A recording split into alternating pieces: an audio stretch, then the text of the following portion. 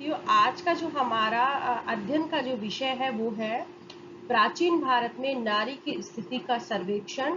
गुप्तोत्तर काल से लेकर राजपूत काल तक की जो नारी की स्थिति है उसका आज हम अध्ययन करने का प्रयास करेंगे। प्राचीन भारत में जो नारी स्थिति के संदर्भ में इससे पहले दो वीडियो लेक्चर दिए गए, जिसमें जो पहला जो लेक्चर था हमारा वो था प्रारंभ से लेकर और वैदिक काल में नारी की स्थिति किस प्रकार की थी, और जो दूसरा वीडियो लेक्चर था वो था कि सूत्र काल से लेकर और गुप्त काल में नारी की स्थिति में किस तरह से परिवर्तन आए। आज का जो वीडियो लेक्चर है उसमें हम बात करेंगे कि गुप्तोत्तर काल से लेकर राजपूत काल में नारी की स्थिति में किस तरह से परिवर्तन आए। क्या नारी की स्थिति में हमें सुधार देखने को मिलता है या फिर वो नारी की स्थिति में हमें गिरावट देखने को मिली। तो अगर हम बात करें कि शिक्षा के क्षेत्र में नारी की स्थिति इस दौरान किस प्रकार की थी, तो हम जब पूरा अध्ययन करते हैं इस काल का, तो हम पाते हैं कि इस काल तक आते आते शिक्षा के क्षेत्र में नारी का जो उपनयन संस्कार किया जाता था, जो विद्या से संबंधित होता था, विद्या ग्रहण करने से संबंधित होता, उसको छीन लिया गया। अर्थात अब कन्याओं का शिक्षा ग्रहण करने के संदर्भ में उपनयन संस्कार नहीं होता था। तो जब उपनयन संस्कार नहीं होता था तो उनका जो विद्या की समाप्ति के पश्चात जो समावर्तन संस्कार होता था वो भी वर्जित हो गया। लेकिन फिर भी हम देखते हैं कि इस काल में हमें बहुत सारी विदुषी जो स्त्रियां हैं उनका हमें उदाहरण मिलता है। जैसे कि जब हम इस काल का जब अध्ययन करते हैं तो हमें विभिन्न स्रोतों से पता चलता है, जैसे कि जो धनपाल है उसकी तिलक मंजरी से हमें ज्ञात होता है कि जो उच्च वर्ग की जो स्त्रियां थी उनमें शिक्षा वो अच्छे से प्राप्त कर रही थी। वो ना केवल धार्मिक ग्रंथों का अध्ययन कर रही थी बल्कि वो साहित्य का भी अध्ययन कर रही थी। इसी प्रकार काव्य मीमांसा में हमें अनेक राजकुलीय उच्च कुलीय स्त्रियों का कवयित्री के रूप में उल्लेख मिलता है। इस युग में बहुत सारी हमें विदुषी स्त्रियों का भी उल्लेख मिलता है जिन्होंने बहुत ही ख्याति प्राप्त कर ली थी। जैसे कि जो प्रसिद्ध कवि थे राजशेखर, उनकी पत्नी अवंती सुंदरी ने इस काल में उच्च कोटि की कविताओं की रचना की। अगर हम बात करें मंडन मिश्र की पत्नी भारती का, तो उन्होंने शंकराचार्य के साथ शास्त्रार्थ किया और शंकराचार्य को शास्त्रार्थ में पराजित किया। इसी संदर्भ में अगर आगे हम बात करें तो जो भास्कर आचार्य है उनकी जो पुत्री थी लीलावती, उन्हें उसको गणित का विशेष ज्ञान था। इसके अलावा राजघराने की जो स्त्रियां थी उनको युद्ध की और जो प्रशासन की शिक्षा भी दी जा रही थी। जैसे कि हमें उल्लेख मिलता है कि जो कश्मीर की जो रानी थी दिद्दा और काकंतीय रानी थी रुदाम्बा, वो श्रेष्ठ प्रशासिकाएं थी। पश्चिमी जो चालुक्यों की जो रानियां हैं उन्होंने भी बड़ी कुशलता के साथ शासन की बागडोर संभाली हुई थी। हमें एक स्त्री चिकित्सक रूसा का भी उल्लेख मिलता है, जिसने अपने विषय पर कई जो रचनाएं हैं उनको अरबी भाषा में अनुवादित किया था। हमें चचनामा के से ये भी पता चलता है कि जो रानी बाई थी, जो कि दाहिर की बहन थी, उसने मोहम्मद बिन कासिम के विरुद्ध न केवल युद्ध लड़ा बल्कि साहसिक तरीके से युद्ध लड़ा। और जो मेरुतंग के अनुसार जो चालुक्य रानी थी नाइकी, उसने गुजरात की रक्षा के लिए वो शत्रुओं से लड़ भिड़ी थी। इसी प्रकार से जो राजा सोमेश्वर है उनकी जो दो रानियां थी वो प्रांतीय राज्यपाल थी, जबकि जयसिंह तृतीय और जो विजयादित्य है उनकी बहनें भी कुशल प्रशासिकाओं के तौर पर इतिहास में दर्ज है। अब हम बात करते हैं कि विवाह के संदर्भ में नारी की स्थिति में किस तरह से परिवर्तन आया। इससे पहले जो हमने दो वीडियो लेक्चर किए थे उसमें मैंने बताया था आपको कि जो गुप्त काल तक कन्याओं की जो विवाह की जो उम्र थी वो 14-15 साल तक निश्चित थी। लेकिन जब हम गुप्तोत्तर काल से राजपूत काल की तरफ बढ़ते हैं तो हम देखते हैं कि जो कन्याओं की जो विवाह की जो उम्र है वो 9 से 12 साल तक निश्चित कर दी गई। तो एक तरह से विवाह की जो उम्र है उसमें कमी कर दी गई, और जिसके कारण उनके बहुत सारे जो अधिकार हैं वो स्वतः ही उनसे छिन गए। तो इस संदर्भ में हमें जीमूत वाहन जो 12वीं शताब्दी में का हमें उल्लेख करता है, उसमें हमें इस तरह का उल्लेख मिलता है कि कन्या के विवाह की आयु 8 से 12 वर्ष स्वीकार की गई थी।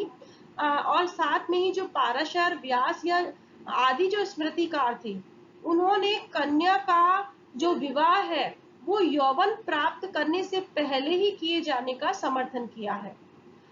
मेधा तिथि के अनुसार भी कन्या के विवाह की आयु 8 वर्ष से लेकर अधिकतम 12 वर्ष तक ही हो सकती थी, क्योंकि 12 वर्ष तक ऐसा माना जाने लगा कि जो कन्या है वो अपनी यौवन अवस्था को प्राप्त कर लेती है। और इस तरह की भी समाज में धारणा प्रचलित हो गई कि जो माता पिता इस कन्या का जो विवाह है वो अधिकतम आयु पार करने के बाद करते हैं, ऐसे जो माता पिता और उनका जो बड़ा भाई है वो नरक का भागी होगा। तो इस तरह की जो सोच ने जो बाल विवाह है उस प्रथा को का विकास करने में योगदान दिया। अल-बरूनी ने भी इस तथ्य का उल्लेख किया है कि ब्राह्मणों को 12 वर्ष से बड़ी कन्या के साथ विवाह करने की आज्ञा नहीं थी। और अगर बात करें कि दक्षिण भारत की, तो दक्षिण भारत में भी 12 वर्ष की आयु प्राप्त करने से पहले ही कन्याओं का जो विवाह कर देने की जो प्रथा है उसका प्रचलन हो रहा था।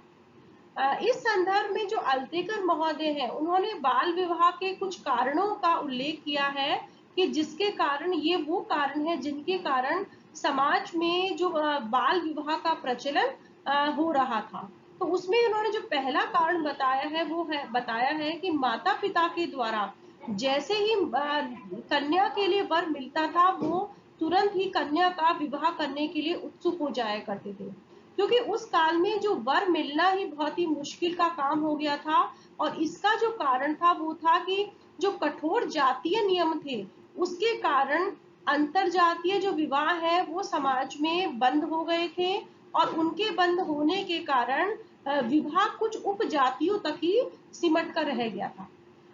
अल्तेकर महोदय इसका दूसरा जो कारण बताते हैं, वो बताते हैं कि माता पिता के द्वारा अपनी जो कन्याओं के भविष्य की चिंता से मुक्त होने के कारण वो अपनी कन्याओं का विवाह पहले या कम उम्र में कर देना उचित समझते थे, क्योंकि इस तरह की उनमें एक धारणा पैदा हो गई कि अगर उन्हें कुछ हो गया तो कम से कम जो पति होगा वो उनकी कन्या का भरण पोषण कर पाएगा, इसलिए वो जैसे ही उनको वर मिलता था वो कन्या का विवाह कर दिया करते थे।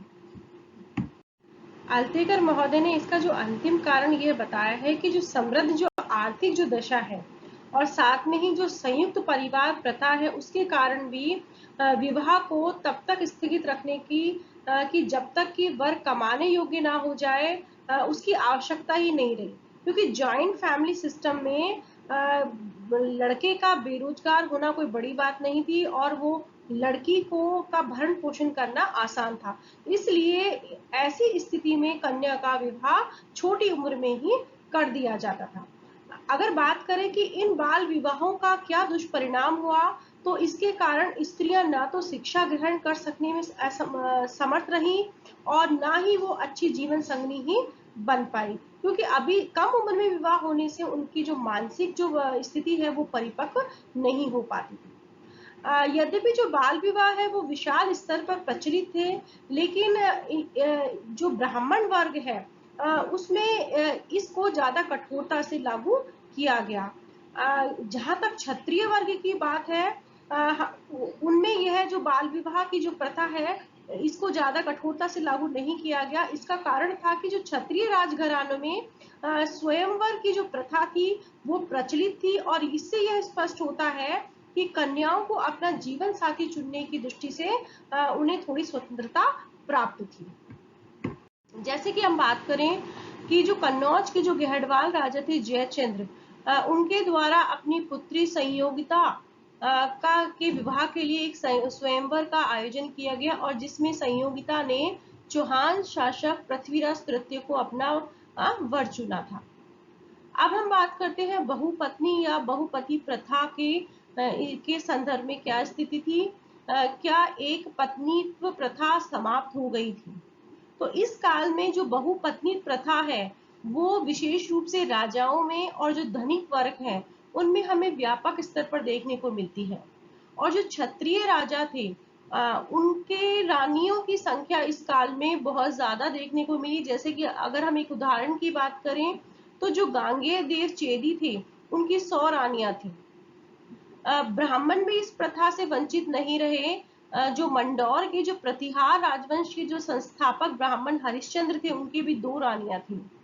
इसी प्रकार से जो मऊ पाषाण अभिलेख है उसमें हमें एक ब्राह्मण अनंत की 2 रानियों का हमें उल्लेख मिलता है। बहुपत्नी प्रथा के व्यापक स्तर पर प्रचलन से यह निष्कर्ष निकलता है कि इस काल में जो स्त्री है या जो नारी है उसको इंद्रिय सुख का साधन माने जाने लगा। और साथ में ही जो नारी है उसका ज्यादा महत्व उसका कम हो गया। अब एक एक राजा अपनी 50-50 या 100-100 रानियां रखने लग गए थे। कहने का तात्पर्य था कि लड़कियां या जो स्त्री है वो विवाह के लिए आसानी से उपलब्ध थी। तो अब हम बात करते हैं तलाक के संदर्भ में किस प्रकार की स्थिति थी या तलाक के क्षेत्र में क्या परिवर्तन आए। तो इस संदर्भ में अलबरूनी ने इस प्रकार का उल्लेख करते हैं कि 11वीं शताब्दी तक समाज में तलाक की जो प्रथा है उसका प्रचलन नहीं हुआ था, लेकिन शूद्रों में ये जो प्रथा है वो स्वीकृत थी। इसी संदर्भ में जो मजूमदार है उन्होंने इस तरह का उल्लेख किया है कि गुजरात से एक ऐसा तलाक की स्वीकृति पत्र प्राप्त हुआ है जो तलाक के होने का हमें आभास देता है। तो व्यवस्थाकारों ने विशेष परिस्थितियों में पति और को अपनी पत्नी का परित्याग करने का अधिकार दिया है, या एक दूसरे को एक पति पत्नी दोनों एक दूसरे का परित्याग कर सकते थे। किंतु यह जो स्थिति थी विशेष रूप से पत्नी के संदर्भ में मात्र सैद्धांतिक ही रही। कहने का तात्पर्य है कि पतियों को ही पत्नियों को तलाक देने का अधिकार था। व्यवहारिक रूप से इस तरह की स्थिति समाज में पैदा नहीं हुई थी या स्थिति नहीं थी कि पत्नियों के द्वारा पतियों को तलाक दिया जाता हो। अब हम बात करते हैं कि सती प्रथा और जौहर प्रथा के संदर्भ में स्त्री की स्थिति में क्या बदलाव आए। तो इस काल में जो सती प्रथा का उत्तरी भारत में जो प्रचलन था इस तरह का जो उल्लेख है हमें साहित्यिक स्रोतों से भी ज्ञात होता है और पुरातात्विक स्रोतों से भी ज्ञात होता है। स्मृतिकारों के अनुसार जो पत्नी अपने पति के साथ चिता में जल मरती थी उस पत्नी को स्वर्ग में परम सुख प्राप्त होता था। तो इस तरह की जो सोच है वो समाज में विकसित हो रही थी। लेकिन हम इस संदर्भ में ये भी कहेंगे कि जो सती प्रथा है वो जो राजकीय परिवारों में अधिक प्रचलित थी। इस संदर्भ में जो अलबरूनी है उसने उल्लेख किया है कि राजाओं की पत्नियों को अपने पति के साथ अग्नि में जला देने की जो प्रथा है वो एक रिवाज था। अगर चाहे, और इस तरह का भी रिवाज था कि अगर वो चाहें तो वो ऐसा ना करें। इसी प्रकार से जो अरब जो लेखक हुए हैं सुलेमान, उन्होंने इस तरह का उल्लेख किया है कि राजा की पत्नियां अपने को मृत पति की चिता के साथ जला देती थी, किंतु यह उनके निर्णय पर था कि वह ऐसा करना चाहती हैं या नहीं चाहती हैं। क्योंकि हमें ऐसी बहुत सारी स्त्रियों का या रानियों का भी उल्लेख मिलता है जो अपने पतियों के साथ सती ना होकर वो विधवा के रूप में उन्होंने जीवन व्यतीत करना ज्यादा उपयुक्त समझा। इस संदर्भ में हम अगर उदाहरण की बात करें तो हम कश्मीर की जो रानियां हैं सुगंधा और दिद्दा उसका हम उल्लेख कर सकते हैं कि जो अपने कश्मीर के राजा की मृत्यु के बाद वो सती नहीं हुई थी। इस तरह से अगर हम कहें तो राजकीय परिवारों में ही जो सती प्रथा है वो मुख्य रूप से ये प्रथा लागू थी। अब हम बात करते हैं जौहर प्रथा की। तो इस प्रथा के अनुसार जब राजपूत स्त्रियों को ये आशा नहीं रहती थी कि उनके पतियों को युद्ध में विजय प्राप्त होगी, तो वो अपनी सतीत्व की रक्षा के लिए जल मरती थी। और यह जो प्रथा है, ये मुसलमान जो जब यहाँ आए या मुस्लिम शासकों के काल में हमको अधिक प्रचलन में देखने को मिली। विधवाओं की स्थिति के संदर्भ में अगर बात की जाए, तो इस काल में विधवाओं के पास सिर्फ दो ही विकल्प थे कि या तो वो सती हो जाए या फिर वो आजीवन वैधव्य का जीवन व्यतीत करें। क्योंकि मेधा तिथि के उल्लेखों से हमें ये पता चलता है कि समाज में जो विधवा पुनर्विवाह है उसको वर्जित कर दिया गया था, और साथ में ही जो नियोगी की जो प्रथा है उसको भी अमान्य घोषित कर दिया गया था। तो जो विधवा पुनर्विवाह पर जो निषेध किया गया या उस पर जो प्रतिबंध लगाया गया और नियोग प्रथा पर जो प्रतिबंध लगाया, उसने महिला की या स्त्री की स्थिति में एक तरह से गिरावट दर्शाई। इसके अलावा इस काल में जो स्त्रियां हैं उनकी पवित्रता पर अत्यधिक बल दिया जाने लगा। तो कहने का मतलब है कि चाहे सती प्रथा हो, चाहे जौहर प्रथा हो, नियोग और जो विधवा विवाह निषेध है, इसके कारण विधवा को अपमानजनक जीवन व्यतीत करना पड़ता था। और इसका जो दुष्परिणाम है वो यह हुआ कि जो विधवाएं हैं वो वैधव्य के अमानवीय जीवन की अपेक्षा सती हो जाना ज्यादा पसंद करने लगी, और जिसके कारण जो सती जैसी जो घोर कुप्रथा थी उसका उत्तरोत्तर उसको प्रोत्साहन मिलता चला गया।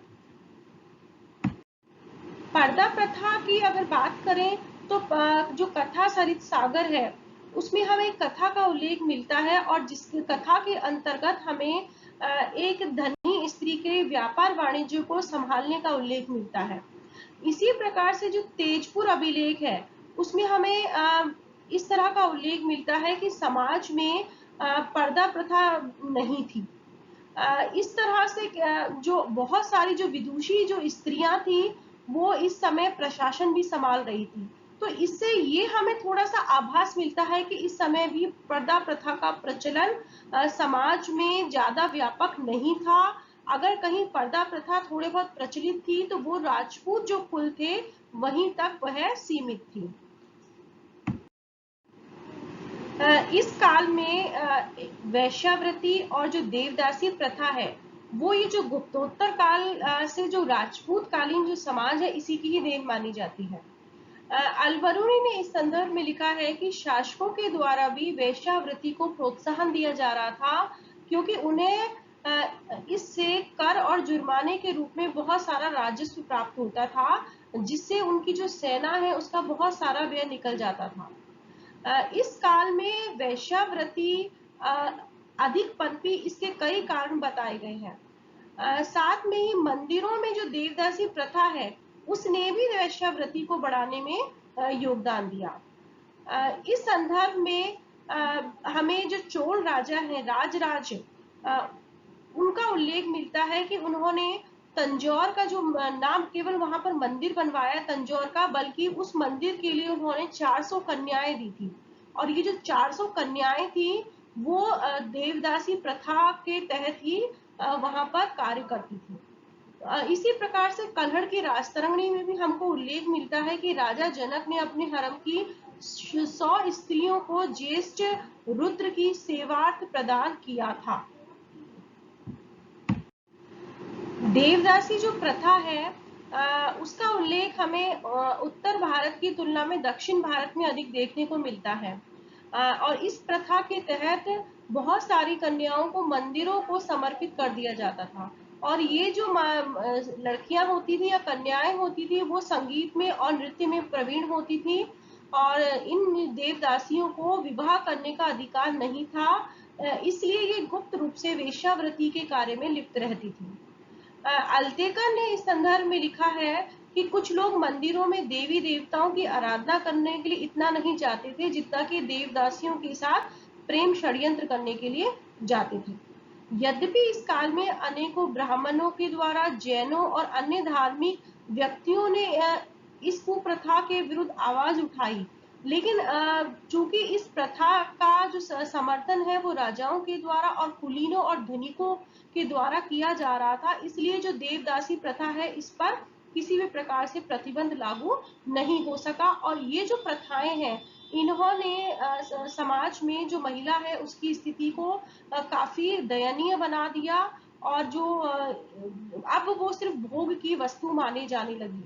तो ये जो समाज में गुप्तोत्तर काल से लेके जो राजपूत काल में जो अगर महिला की स्थिति में या स्त्री की स्थिति में जो गिरावट आई, उसका मुख्य कारण ही था कि सती प्रथा का विस्तार हुआ, देवदासी प्रथा, साथ में ही जो वैश्यावृत्ति की जो प्रवृत्तियां हैं या सिर्फ तलाक की प्रथा आरंभ हो गई थी। इसके अलावा जो विवाह की जो उम्र है उसको कम कर दिया गया। इन प्रथाओं के कारण समाज में लड़कियों की स्थिति में गिरावट आई।